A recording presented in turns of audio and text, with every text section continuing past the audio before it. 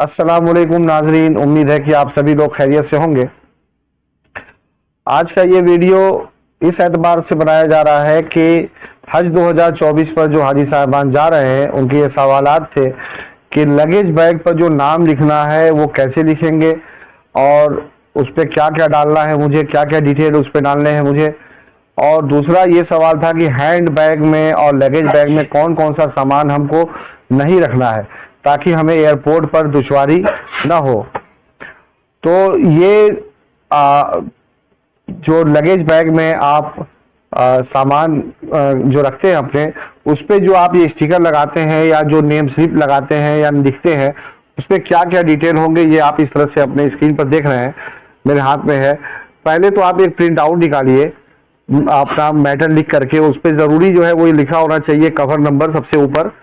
उसके बाद आप लिखिए हज 2024, उसके बाद नेम जो जा रहे हैं हाजी साहब उनका नाम, फिर कहाँ से इम्बार्केशन पॉइंट कहाँ से है, लखनऊ से, दिल्ली से, बॉम्बे से, कोलकाता से, जहाँ से भी इम्बार्केशन पॉइंट है वो डालिए। उसके बाद पासपोर्ट नंबर डालिए, ट्रैवल डेट डालिए जिस डेट को ट्रैवल कर रहे हैं, और रिटर्न का डेट डालिए। और कुछ जगह वहाँ उसमें खाली भी छोड़िए ताकि आप यहाँ पर सऊदी का नंबर, मोबाइल नंबर या बिल्डिंग का नंबर, ब्लॉक नंबर अपना लिख सकें, या कुछ एक्स्ट्रा आप लिखना चाहें तो लिख दें। और यहाँ पर नीचे इंडिया का जो मोबाइल नंबर है वो लिख दीजिए, और फिर एक बार कवर नंबर इस तरह से बोल्ड अक्षर में और लिख दीजिए। तो ये हमने रंगीन बनाया है, आप इसको चाहें तो ब्लैक एंड व्हाइट भी बना सकते हैं। और इसमें इंडिया का फ्लैग भी एक जगह हमने दे दिया है ताकि आपके सामान का पहचान रहे कि इंडिया का ये सामान है, ये लगेज इंडिया के हाजी का है। और मेन तो आपका ये कवर नंबर है जिससे आपका ये सामान आप तक, आपके कमरे तक पहुंचता है। बकिया डिटेल ये डालना है। अब इसको करना कैसे है, लगाना कैसे है, उसका तरीका मैं आपको बता रहा हूँ इंशाल्लाह। एक प्रिंट जब आप एक सादे कागज पे इसको निकालते हैं, प्लेन A4 साइज के पेपर पे, उसके बाद इसको आप लेमिनेशन कराइए। इस कागज को लेमिनेशन करवाइए आप जरूर से। लेमिनेशन कराने के बाद आप जो आपका लगेज बैग है, उस लगेज बैग पे देखिए इस तरह से जो लगेज बैग आपका है, उस लगेज बैग पर इसको ऐसे यहाँ पर लगा दीजिए, इस तरह से इसको लगा दें।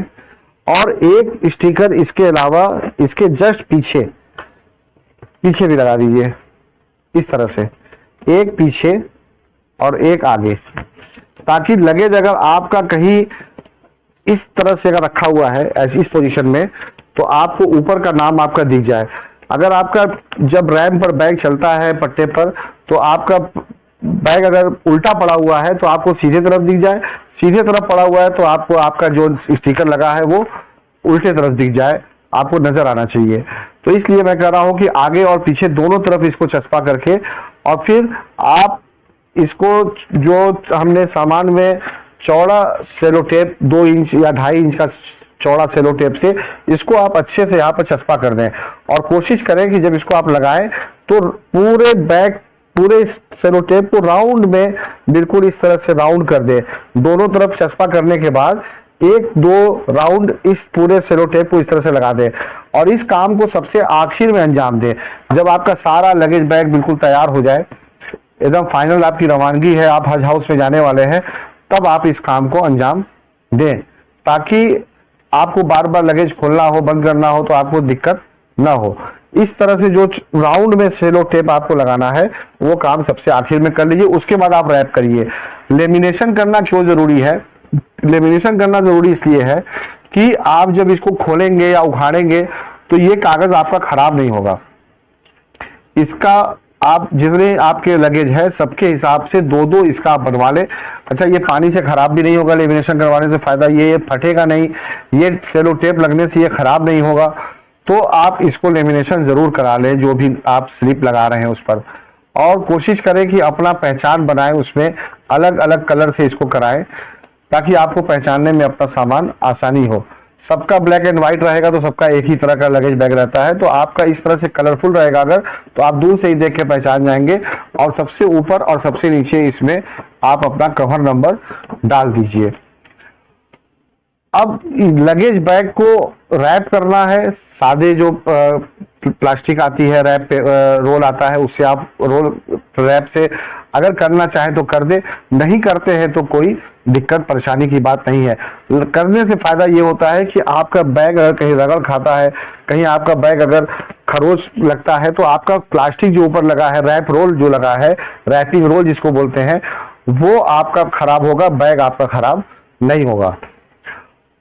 और बैग को कभी भी आप इस तरह से, जैसे तस्वीर में आपको अभी दिख रहा है ये अटैची या लगेज बॉक्स, आपको रस्सियों से नहीं बांधना है। हज कमेटी के ऑफिशियल यूट्यूब चैनल पर जो हज कमेटी ने वीडियो डाला है, उसमें साफ साफ बताया है कि लगेज बैग को आप रस्सियों से किसी भी कीमत पर ना बांधें। अगर आप बांधते हैं तो आपको रस्सियां खुलवा दी जाएंगी और आपको उससे एयरपोर्ट पर काफी दुश्वारी का सामना करना पड़ेगा। तो लगेज बैग को रस्सी से न बांधिए। उसकी वजह यह है कि जो रैंप होता है, जो बेल्ट होते हैं जिस पर सामान आपका चलता है एयरपोर्ट पर, उस पर रस्सियां खुलकर फंस जाती हैं, तो काफी मशीनें उससे खराब होने का खतरा होता है। इसलिए वो एयरपोर्ट अथॉरिटी मना करती है कि लगेज बैग को रस्सियों से न बांधा जाए। तो आप इस बात का ख्याल रखें कि रस्सियों से लगेज बैग को न बांधें। रैप करना चाहे आप रैपिंग रोल से, तो उसको रैपिंग रोल से रैप कर सकते हैं। दूसरा चीज जो अहम है वो ये है कि आपको ये बताना चाह रहा था कि जो सामान है हैंड बैग में कैरी नहीं करने का, पहले वो जान लेते हैं कि क्या क्या नहीं करना है। उसके बाद मैं आपको बताऊंगा कि लगेज बैग में कौन कौन से सामान नहीं रखने हैं, और फिर आखिर में बताऊंगा कि हैंड बैग में क्या क्या सामान आप ले जा सकते हैं। तो आइए पहले हम देखते हैं कि लगेज बैग जो है उसमें हम कैसे अपने सामान को क्या क्या रखना है और क्या क्या नहीं रखना है। लगेज बैग में जो चेकिंग बैग होता है जो जमा हो जाता है, उसकी बात करेंगे पहले। तो सबसे पहला चीज ये है कि लगेज बैग में कोई भी बैटरी वाला सामान नहीं रखिए। जैसे टॉर्च है, टॉर्च नहीं रख सकते आप पावर बैंक लगेज बैग में नहीं रख सकते। आपको लगेज बैग अगर अपना पावर बैंक ले जाना है तो आप उसको हैंड बैग में, जो 8 किलो का है, 10 किलो का है, हैंड बैग जो आप जहाज में लेकर बैठ रहे हैं, आप उसमें अपना पावर बैंक रख सकते हैं।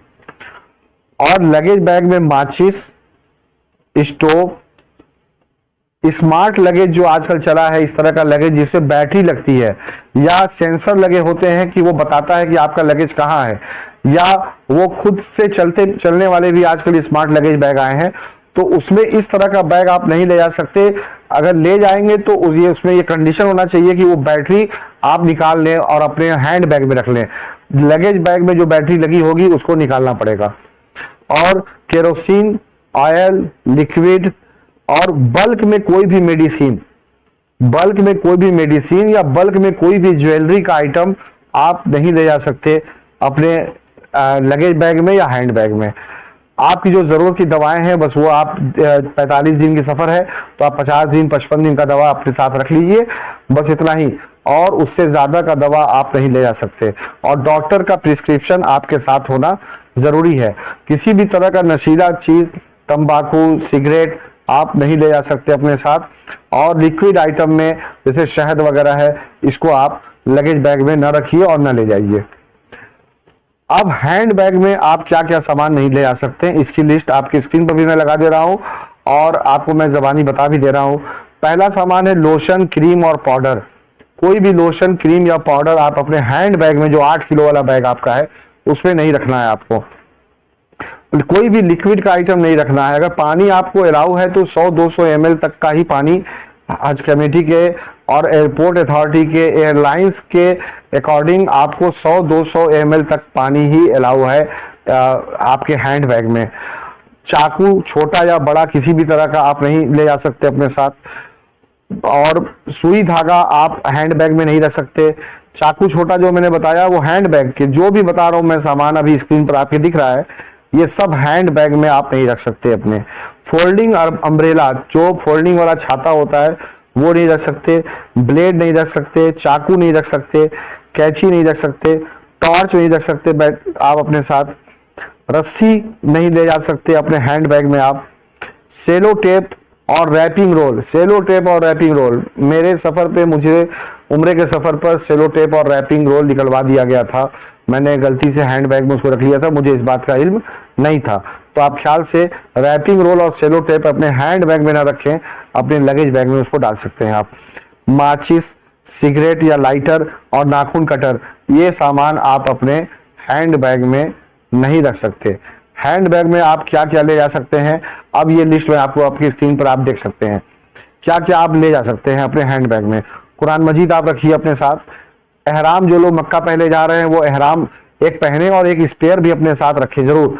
कभी कभी ऐसा होता है कि सफर के दौरान एहराम किसी वजह से पाक नहीं रहता, खराब हो जाता है, तो आप उसको चेंज करने के लिए आपके पास ऑप्शन हो कि आप एयरपोर्ट पर या होटल पहुंचकर अपना एहराम चेंज कर सकें, तो आप उसको अपने हैंड बैग में ही रखिए।